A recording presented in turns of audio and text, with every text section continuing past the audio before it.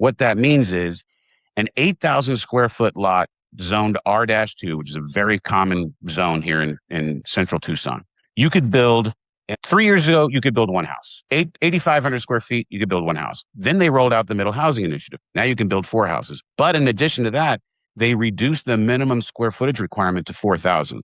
So what that means is that client could split that lot, have two 4,250 square foot lots, and build four 750 square foot homes on each of them. So you've gone from being able to build one house on that property to 8. Welcome to the Real Estate Pros Show, where we interview real estate investing professionals from coast to coast, as well as the service providers that serve the real estate investing industry. Our goal is simple: share what's working now to help you improve and scale your business to the next level and meet the pros that can help you get there. Real Estate Pros is powered by Investor Fuel, America's leader in helping real estate investors and professionals build the business you need to live the life you've always dreamed of. Let's start today's show. Property insurance for real estate investors doesn't have to be difficult, but it does need to be there to protect you when you need it. MyInvestorInsurance.com not only provides insurance at 15 to 30% cheaper than traditional agencies, it's built specifically for real estate investors like you. You can set up an account in about 2 minutes, get quotes on properties, turn on and turn off insurance for your fix and flip or rental properties in around 2 minutes without having to talk to anyone directly, all through our portal. There's no better way or faster way to make sure you've got the coverage you need to protect you, and no more lengthy policies either. Once you're set up, you're billed monthly and prorated by the day for however long your policy is active. It's powered by MSI, the third largest independent MGA, with 1.5 million customers and more than $1 billion in cumulative premiums written. Get set up today in about 2 minutes at myinvestorinsurance.com/fuel. Hey everyone, welcome to Investor Fuel Real Estate Pros Podcast. And today I am dealing with a gentleman by the name of Brad Jones. Today I'm joined by him. I am your host, Joseph Grooms. I'm looking forward to chatting more with Brad. We had a little conversation during the pre-chat, but he has some terms, a couple of acronyms, so I'm going to start there. Brad, say hello to everybody. Good morning, Joseph, and thank you for having me on. I really appreciate the opportunity, sir. It's my pleasure. Think our listeners are really going to take away something from how you're approaching business, especially this thing called the ADU. So let's dive into it. Hey, Brad, tell me what ADU stands for. Great question. Great question. It stands for Accessory Dwelling Unit. A lot of people think it's auxiliary or ancillary, but it's Accessory Dwelling Unit, and it really just means a guest house, a casita, a granny flat, something that you would have a smaller home in your backyard. And the whole reason that they've even come up with this term ADU is because we are so regional in the terms that we use, where someone's using a granny flat or a casita or a guest house, that we needed a term that could be nationally utilized. So if there is governance or there are programs rolled out in the future, they have one term that they can use that covers all of the different parts of the United States. Elaborate a little more. So you're talking about you have a piece of property and now you have an additional home that you built on the property, or you may already have one? Yeah, it would be, traditionally, it's going to be a detached, although sometimes they are attached, but it would be a fully inclusive home. So, bedroom, bathroom, full kitchen, living space. They typically are going to run somewhere between 500 to 800 square feet, although we've certainly done some that are over 1,000 square feet, depending on a couple of things: size of the property, the zoning in that particular area, regulations. I mean, you do have to know what that is in your particular area to know what you can build, but it provides great housing opportunities for an aging parent who wants to age in place, what they call a boomerang child or a boomerang kid who's gone out and they've come back and they're trying to establish themselves, or a great opportunity for rental income. And especially if you already have a rental property, I can tell you specifically in Tucson, Arizona, every rental property seems like it has another 4,000 or 5,000 square feet of dirt behind it. and you can just go build one. In fact, they just rolled out the middle housing initiative here in Tucson on January 1st. You can now build 4 houses on virtually any single family residence in Tucson. So if you've got the space, you could build another couple of guest houses behind your existing rental property and triple your rental income. We'll get into that a little more. Let me ask you a question though. Let me back up a little bit. So Sure. for people who may not be familiar with your world, Brad, that your niche, give us the short version. What would you tell them in one sentence? What would you tell them about your business? I would tell them, and usually people are coming to me because they've heard something, right? They've gotten an idea of what's out there, and they'll say, "Tell me about this process." Really, it just comes down to this: the rules across the country have changed and are continuing to change. You can now build additional homes on your property that have a number of different uses. Now, some people may use it as, I mean, pool house. We know about pool houses. Those can sometimes be transitioned into an ADU. You may have a storage shed in the back. We can transition those or convert those into an ADU, an additional living space for family, friends, or rental income. And we take care of the entire process: plans, permits, full construction, utility connections. When we're done, you bring in your family, food, and furniture, and you're good to go. Stop living on an island and join the #1 mastermind in America for professional real estate investors. Investor Fuel is a community of hundreds of the nation's top investors working together to build stronger businesses and better lives.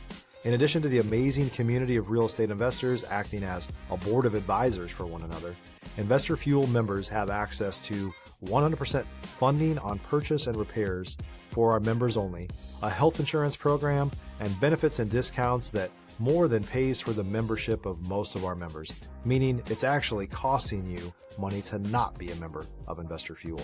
If you're looking to scale your business and build a business that allows you to live the life of your dreams, please visit investorfuel.com today and book a call with our team. Brad, do you also find investors to help them? Yes. Yes. I mean, we have, I have currently right now, I'm building a duplex for a investor who's already has a duplex on the property, and they're renting that, and now they're going to double that. So they're going to go from 2 units to 4.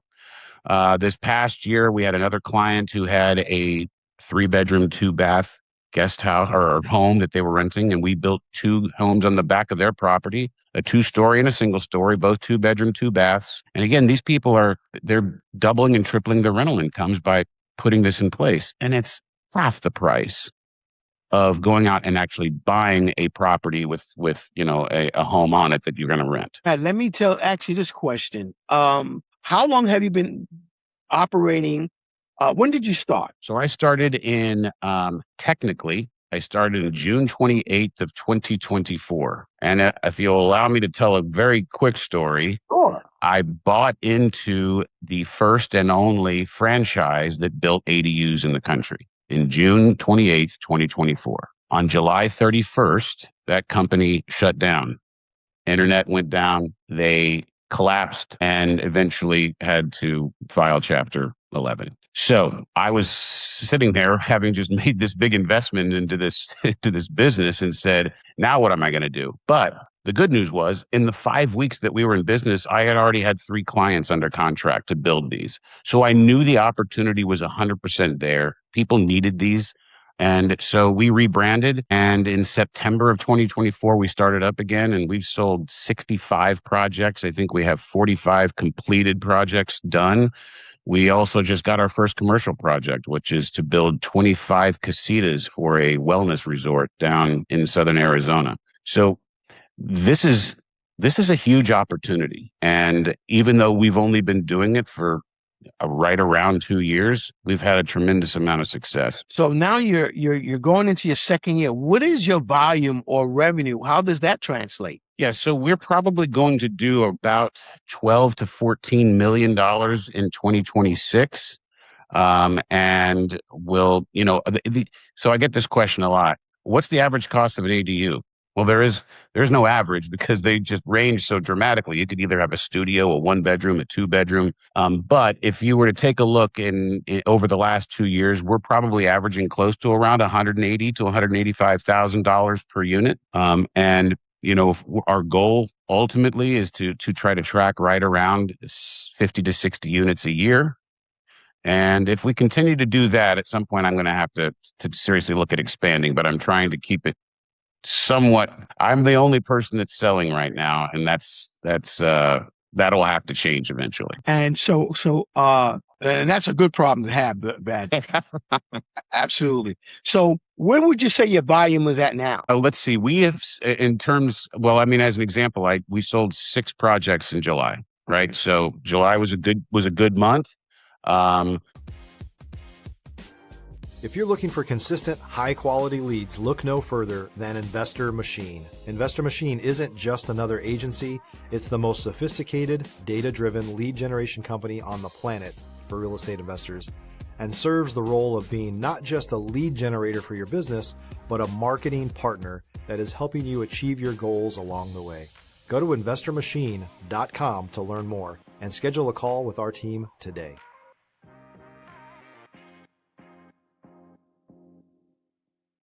We're probably going to track to be doing around 50 this year, or maybe getting closer to 60. But the opportunity, as I do more and more of these types of things, Joseph, I feel like we're going to get our name out there more, and it's really going to blow up. The education is the most important piece. So many people don't know what they can do, had no idea they could do anything. They're very fearful. I mean, if you're going to make a $175,000, $180,000 decision, you don't want to make a mistake here, right? So, fear, uncertainty, and doubt, that is my goal, is to remove all of that and make sure that these people are making an informed and confident decision. So at this level now, you're like, how much are you making doing a month?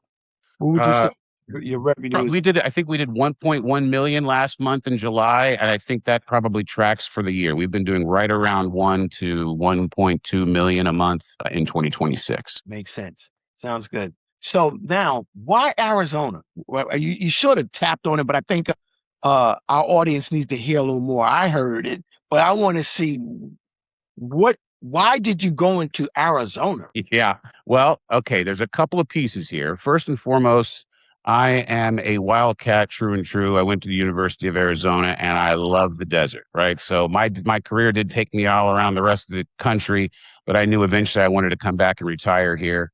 My parents ended up moving here. My brother lives out here, right? So my mom is 82. I wanted certainly to be closer to her. And as I started doing the research, when I actually started looking into this, I was going to do it in Houston. I was living in Houston, Texas at the time. And I don't know, I had one of those divine intervention moments when someone said in my head, why wouldn't you consider doing it in Tucson? And then I started researching the opportunities in Tucson, and it's incredible because you've got an aging population here. A lot of retirees go to Arizona, go to Florida, right? So you have an aging population, number one. You've got a major university with the University of Arizona. So there's tons of rental properties around the campus where people can leverage a solution like this. And housing is a major issue in Arizona, but certainly in Tucson. And so the rules were starting to change to really make this a lot easier to do and continue to change. And so those three things coming together really made Tucson an attractive option. Brad, let me ask you this. So say you have a home on the property, you have space for 3, because you said there's so much there. How long would it take to build a house? How long would the whole deal take? It takes about 6 months. It takes us 90 days to get a permit, and we'll build the house in 90 days. If you were to go look at probably the last 10 that we've completed, we're somewhere between 5.5 and 6.5 months. Really, the only thing that's a delay in that is going to be on the permitting side. And it could be because you live in a historic district and you've got to go through an architectural review, or, you're in a hillside zone, or you're in a floodplain and you've got to go through some additional, exercises to get the permit, which may include, hey, we need to build the pad up, or, you need to be concerned about this riparian habitat that's protected Arizona, habitat. If you're going to take something out, you got to put it back. So those types of things can potentially delay it, but it should be right around 6 months. And how do you, but you said your market could be seniors, definitely colleges, and just the general population. Can you tell me, how do you go about getting the word out? If you're a new or newer real estate investor looking to launch or grow your real estate investing business, please check out Investor Fuel Club. It's a coaching community, but unlike anything you've ever seen before. And you can actually partner with members of our mastermind from coast to coast on deals right in your market. There's no better opportunity to build a consistent business than to literally partner with pros to help you avoid costly mistakes, avoid the need for capital to do deals, and help you eliminate your fears as you're starting your business. Learn more about Investor Fuel Club at investorfuel.com/club. Well, I will tell you, Meta is my friend. I do a lot of Facebook and Instagram marketing. I have a YouTube channel. I do a lot of presentations with real estate companies and realtors. Because I'll tell you, realtors are getting requests from their clients. I want a house with a guest house. They are already planning to put someone in that guest house most of the time. And I would say 75% to 80%, Joseph, of my clients are someone who's putting their aging parent in a house, or that aging parent's putting themselves in a house. They're buying one. They're going to pay for it. They're going to sell their house. They're going to pay for one to be built on their children's property, and they're going to live back there so that they can be close to them and they can, they can have that assistance. But that's the big opportunity. So these realtors are getting calls from people saying, I need a house with a guest house. And after they've looked at the limited number of homes that have that, the realtor will eventually say, why don't you do this? Instead of trying to find a house that you'll deal with that has a guest house, go find the house you want and we'll build a guest house back there. And so we do get a fair amount of our opportunities from realtors as well. So, and I'm trying to ask very relevant questions, Brad, because I love what you're saying. What is your next goal? What do you focus on scaling or solving next? What's the next real goal? Yeah, so last year I started a branch, an arm of our organization called Tiny Villages of Tucson. And the intent of that's a nonprofit 501c3. We've already got our certification status and all of that. But the intent of that is to take this to a larger scale, right? Instead of just building a tiny home, can I buy a property or a parcel and put multiple small homes on it? Now, for now, with the zoning being what it is, I could potentially put 4 homes in the city of Tucson on any given property. But I can't break those up and sell them individually to people. What I can do, though, is I can put those under a community land trust program, which is what the 501c3 would do. And similar to you buying a mobile home or buying a condo, someone can buy that house, not own the land. They pay a land lease, but they buy that house. This is a program that would be specifically dedicated to lower income homes. So you'd have to qualify, but we would be able to give people the opportunity to potentially buy their first home for 30 or 40% less than a typical 3-bedroom, 2-bath might cost, and gives them the opportunity to get their leg up, get established, be able to be a legitimate mortgage paying person, and then they can move into something bigger down the road. So it's certainly to, whether it be for that or it even be this middle housing, allowing us to, I think there's going to be a ton of investors that are going to come running into Tucson knowing this. They're going to buy distressed properties. They're either going to fix up that house or demolish it, and they're going to put 4 homes on there, and they're going to rent them all. And that we want to be the builder they go to when they see an opportunity like that. And knowing that we handle the whole process from start to finish, I think will be a big relief for people. A lot of these investors, they bought that property because their kid 15 years ago went to the U of A and they said, you know what, I'm going to buy it. And now it's just sitting out there. They're never there. They don't come to Tucson very often. And so we can handle all that for them here. Brad, talk about your business model. Talk about the businesses that are contained in your business now. Yeah. So here's going to be the interesting part, Joseph. I didn't tell you this in the prep. This is a surprise. Okay. I have one employee. One. And he is my director of pre-construction and operations. I basically work with the clients up until the point where they say, yes, I want to do it.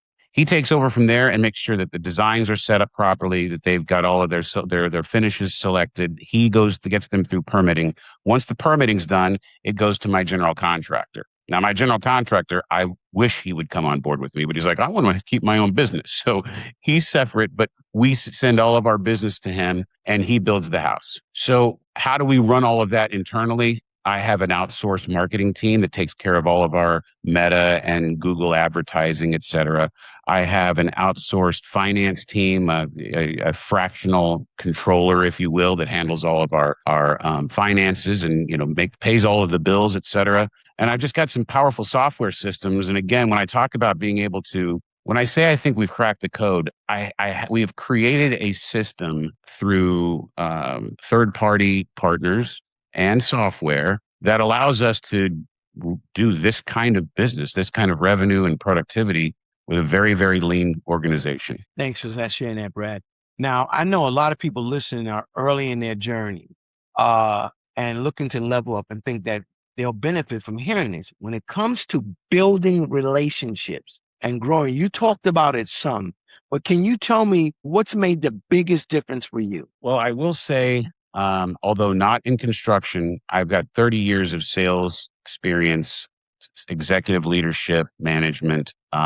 So I know the importance of building quality relationships with my clients. You have to listen, right? If you can listen more than you talk, you're going to get a whole lot more out of that conversation with a potential family or a loved one that they're trying to take care of. But the other thing is, when I did this, I made a commitment to myself. I will be a subject matter expert in this in a very, very short period of time. So I have immersed myself in studying and understanding the concepts around ADUs, around construction, around marketing.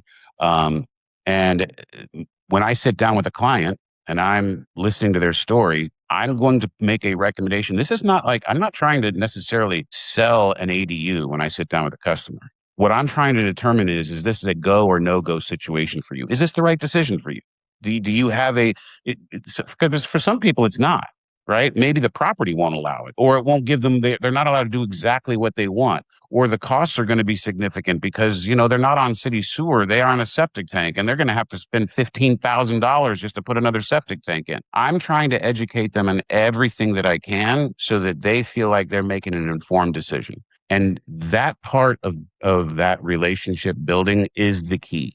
I mean, when I leave a house or I've completed presenting an estimate on something, if they're going to move forward, they're going to move forward with tiny homes at Tucson. Brad, let me ask you just one question too. It just popped in my head as you was talking. What about if the properties that have all this land, but they are adjacent to each other? And what you thought with your 501, could you do something with that? You can. I mean, if you have two properties, you could still, in the city of Tucson specifically, you can still build 4 on each of those properties. And here's another thing that's interesting, Joseph, is when they rolled this program out, they also reduced the minimum square footage for the zone. What that means is an 8,000 square foot lot zoned R-2, which is a very common zone here in central Tucson. You could build, and 3 years ago, you could build one house. 8,500 square feet, you could build one house. Then they rolled out the middle housing initiative. Now you can build 4 houses. But in addition to that, they reduced the minimum square footage requirement to 4,000. So what that means is that client could split that lot, have 4,250 square foot lots, and build 4 750 square foot homes on each of them. So you've gone from being able to build 1 house on that property to 8. And that's your community. That's your investment community that you sort of had the brainstorm on, huh? Yeah, I mean, I don't have access to MLS, but I know realtors who do. And I tell them all the time, pull this stat. How many R2 zoned homes are for sale that are between 8,000 and 10,000 square feet? Go find those. Those properties can be split. They probably have 1 house on it now, and we could build 8 on there. Matt, thank you, man. I wish we had much more time. Relationships are everything in this space, and seem like you are definitely on the right track. All right, before we wrap up, if someone wanted to reach out to you, Brad, connect with you, maybe collaborate, learn more about what you're doing, what's the best way to reach out to you? And take your time and repeat it twice. Okay, you got it. So you certainly email me, and it's a very simple email. It's brad@thtucson.com. Brad@thtucson.com is my email. you can certainly go to our website and get a hold of me there, which is tinyhomesoftucson.com. And we're also on Instagram or Facebook at Tiny Homes of Tucson. You too, one more time, Brad. Somebody was looking for a pen, trying to get all that information. You got it. You got it. Okay.